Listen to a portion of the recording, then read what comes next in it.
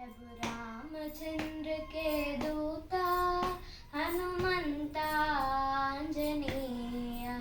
प्रभु रामचंद्र के दूता हनुमंता आंजनेय। हनुमंता हनुमंता हनुमंता आंजनेय। हनुमंता हनुमंता हनुमंता आंजनेय।